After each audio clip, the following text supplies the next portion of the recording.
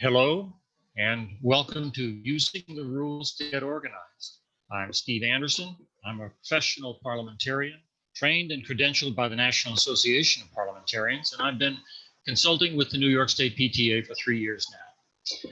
The rules, obviously, are Robert's Rules of Order, the most popular and best known parliamentary authority in the world. But we're not going to be talking about the big book, which many people frankly find intimidating. Everything we talk about is going to be from the Robert's Rules of Order in brief, a very readable 200-page paperback authored by the same team that edits the big book. And in brief gives officers and members in most regular organizations everything they're going to need. So why parliamentary procedure?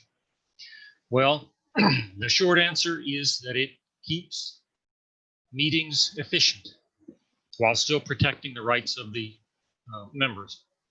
Most organizations start small, a small group of people with similar ideas and short-term goals. And it's easy, even when contentious discussions do come up, generally for a small group to work through them quickly. But if your group is successful, it tends to grow. It gets ambitious with bigger goals, but it also attracts more people, which is a good thing, but more people means a more diverse membership with different viewpoints on the goals of the organization. Having a decision-making process set early on before any real trouble can start helps keep tempers in check and keeps meetings efficient. And remember, the organization must have efficient meetings to make good decisions. A familiar, predictable process means that members know when and how they're going to have their say. And it also enables the presiding officer to moderate any debates without having to engage in continual power struggles with individuals or small minorities. Now, in addition to the rules of order from Roberts, members and officers must be familiar with their bylaws. These are laws adopted by an organization, written by the members for their own governance. The bylaws are the fundamentals that define the mission and the limits of the organization. It is, in effect, the contract between the organization and the members. It lays out what each side can expect and must give to the other. You wouldn't take a job, you wouldn't hire someone without knowing the contract. And every member and every officer certainly should be aware of what's in the bylaws. The bylaws may be amended, but they can never be suspended. They are always in force 365 days a year, whether you're in a meeting or not. The rules of order, on the other hand, only govern in meetings. So what is a meeting? Well, under Robert's Rules of Order, a meeting is more than a social hour. It's an announced gathering to decide on actions to be taken in the name of the organization. You go to a meeting to enact the business of the organization. There can be social components, but remember, it's a work session. And it must be announced or scheduled ahead of time so that all the members have the choice of whether they're going to attend or not. And speaking of whether members attend, participation is restricted to members. If you want to speak or vote at a meeting, you must be a member of the group that is meeting. So if your organization allows regular members to attend meetings of the board, those regular members can only observe. If it's a board meeting, only board members can actively participate.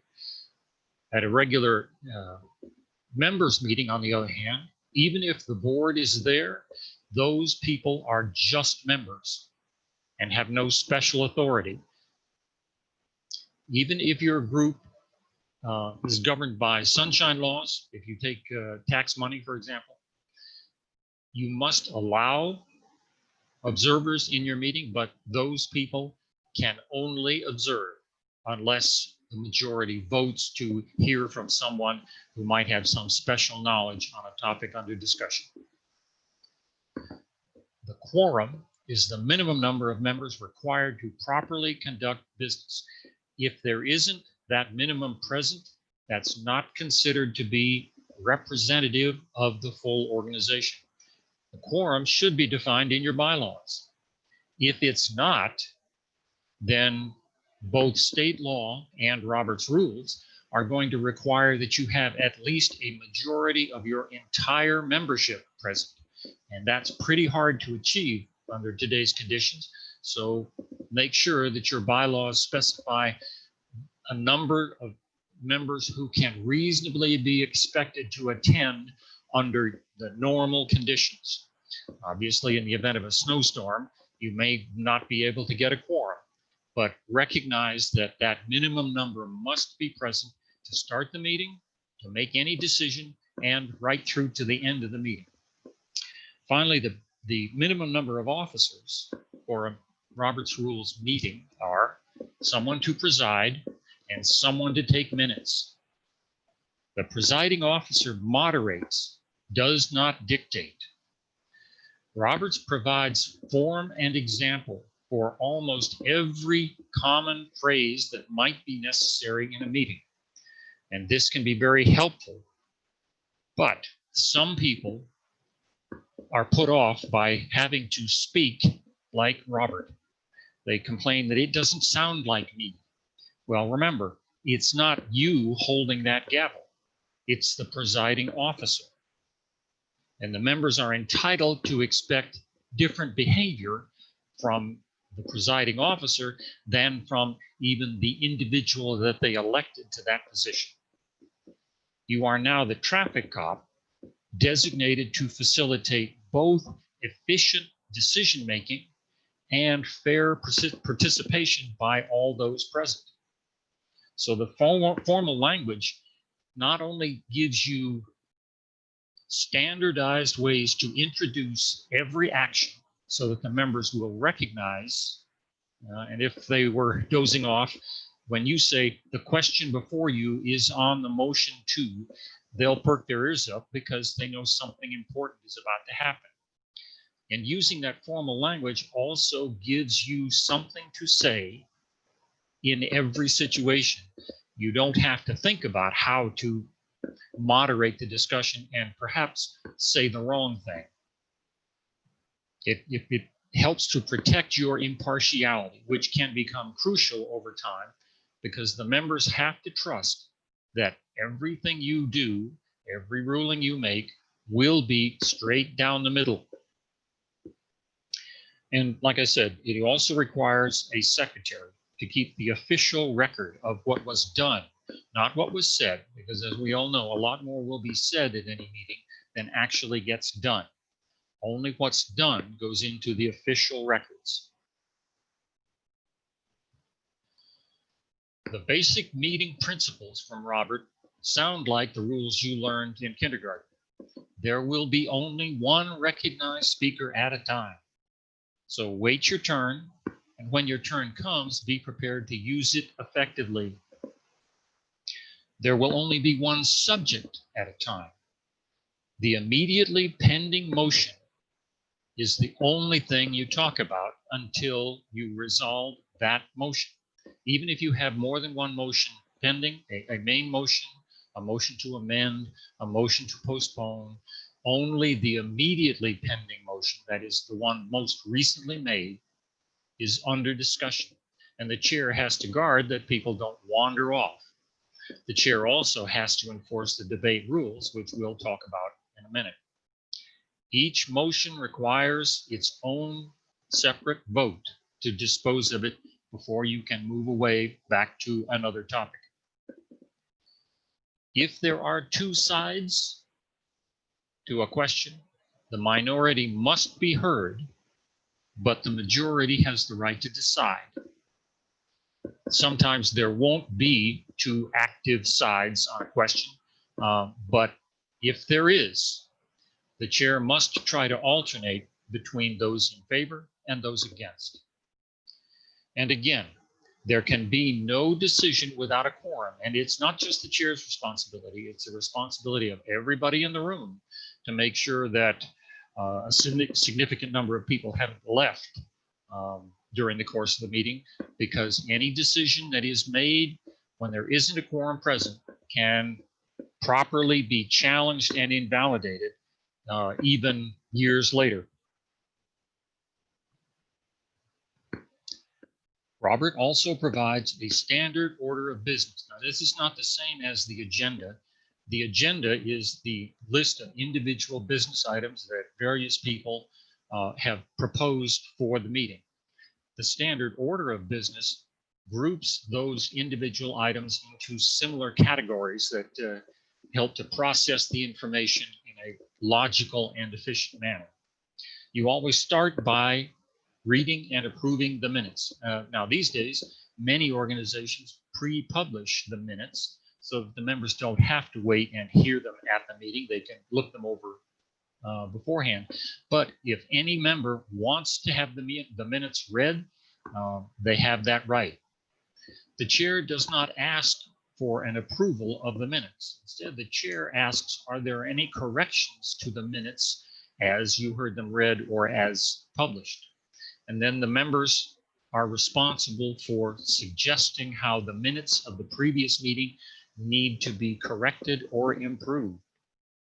Each individual correction is voted on by the members. They are the authority on what actually happened, even if they weren't there. When there are no further corrections, the minutes are considered perfect in the judgment of those in the room, and the chair declares that the minutes are approved. Reports of officers sometimes get dragged out by a long roll call of who might be in the room and do they have anything to report. It's much more efficient if the chair checks with those individuals, because he or she knows who they are, before we start the meeting, and then calls on those who've said they have something to say and moves smoothly through the reports. Unfinished business is just that, actual business that's left over. It was either postponed to this meeting or wasn't complete when the previous meeting had to adjourn. Usually only the chair and the secretary will actually know if there was something that fits into this, was actually postponed to this meeting. If there isn't any unfinished business, don't even mention it. New business is everybody's favorite category because they all think it's the opportunity to complain about something or just ventilate. And this is not true. New business is a category for those actions that the members feel the organization should take, either because it's an opportunity that shouldn't be missed or because there's a problem that should be fixed. Ideally, the members come with not only a concept of something that needs to be fixed, for example, but a possible solution. It helps to focus the discussion if people have thought about the possible solutions before they start rambling about the problem. So how do you handle a motion from the floor? The chair will ask, is there any new business? A member rises or goes to the microphone to seek recognition, and the chair will recognize that member by name.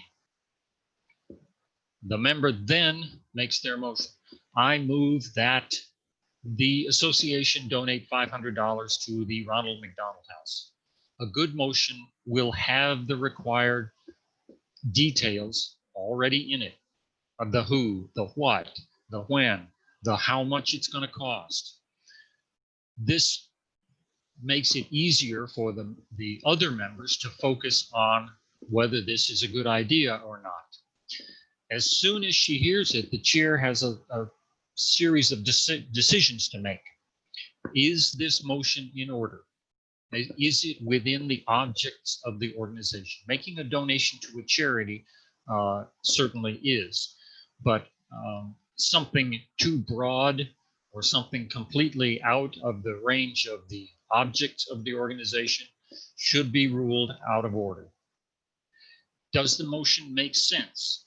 Is it good English? Does it include the details? If it were adopted as stated, could the organization actually put it into action?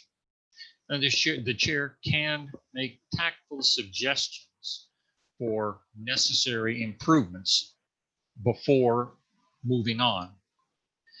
If somebody didn't already yell out second, and they're allowed to do that, the chair will ask if there's a second. The second's name does not need to be recorded because it's not really a measure of support. It's just someone else in the group feels that the idea is worthy of the assembly's time. Let's talk about it. And for this reason, seconds are not required on motions that come from committee, because the motion wouldn't have come from committee unless at least two people on the committee thought it was worth talking about. So once we get past that, the chair restates the motion, and the chair's statement of the motion becomes the official version. So the mover should make sure that what she started out with actually got to the chair. And for this reason, if your motion is more than a few words, have a written copy for the chair and the secretary. It saves confusion. Once the chair restates the motion, she'll ask, is there discussion? And then, as I said earlier, alternating between those in favor and those against, the chair will facilitate discussion on the merits of the motion. Is this a good idea? Is this something the organization should do? Debate can include amendments, motions to postpone or to refer to committee, but in the end, there has to be a disposition. Vote it up or down, or postpone it, or refer it. Roberts has a principle that we call settledness, and that is, once disposed of, the same idea can't come back in the same form at the same meeting. It can come up again at subsequent meetings, but not at this meeting. The assembly cannot be made to answer the same question twice. Debate does have rules. The first one is there are limits to speeches. No more than 2 speeches per person, per motion at a single assembly. And no one should make a second speech until everyone has had the opportunity to speak the first time. Now, time limits are a touchy subject. Roberts recommends that every organization set a time limit. 2 or 3 minutes is usually enough time for a member who has thought about what they're going to say before they start talking to say everything that needs to be said. Most of the time, you don't need to worry about the time limit, but every so often, a member, for whatever reason, will have a great deal more to say than really needs to be said, really applies to the motion immediately pending. And when that happens, the chair needs to have something that the assembly has already approved to enforce a reasonable time limit. It's one of those rules that you need to adopt before it's needed, because once the member starts talking, it'll be difficult to stop them without a rule in place. And the other thing is always stick to the point. The chair has to guard against members wandering from the merits of the immediately pending motion. This often happens when an amendment is under discussion. Debaters will, without realizing it, fade back to the merits of the main motion and not on whether it should be amended. And this is when the chair needs to tactfully remind people, stick to the point. Finally, you need to keep personalities out of it. Debate the merits, not who made the motion. Even your worst enemy may sometimes have a good idea. So it's better to just stick to the issue. Amendments are part of debate, so amendments must be germane to the main motion. That means they have to be a reasonable part of the main motion. You can't add irrelevant changes like attaching a motion to send the board of directors to the Super Bowl in Arizona to the motion to donate $500. Yes, they're both about spending money, but they're clearly widely different questions. The Super Bowl trip might be a legitimate motion on its own, but it's not germane to the main motion. And you can't turn a positive into a negative. You can't insert not in front of donate. That's the same as voting against it, and there's no need to discuss that kind of amendment. Sometimes limiting debate is necessary. If you only have so many hours and you know you have a full agenda, the assembly can, by a 2/3 vote, limit debate on any given question to 15 minutes or 3 speakers on each side. But you have to decide this by 2/3 because you are limiting the rights of at least a small minority, and you can't do that without a supermajority. If debate seems confused or aimless, if the members don't see it, the chair can remind them that they do have the option to postpone or refer to get more time or more information to make a decision. So I said each motion requires an independent vote. Normally this will be by voice vote, but sometimes the result is in doubt, and then you need another option. In a closely divided assembly, it can be difficult to tell whether those yelling out yay outnumber those yelling out nay.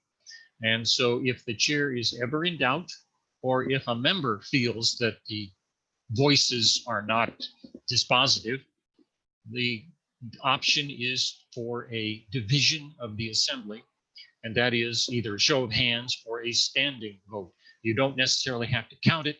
Usually you can tell just by the number of people standing at the time whether it's really one side or the other.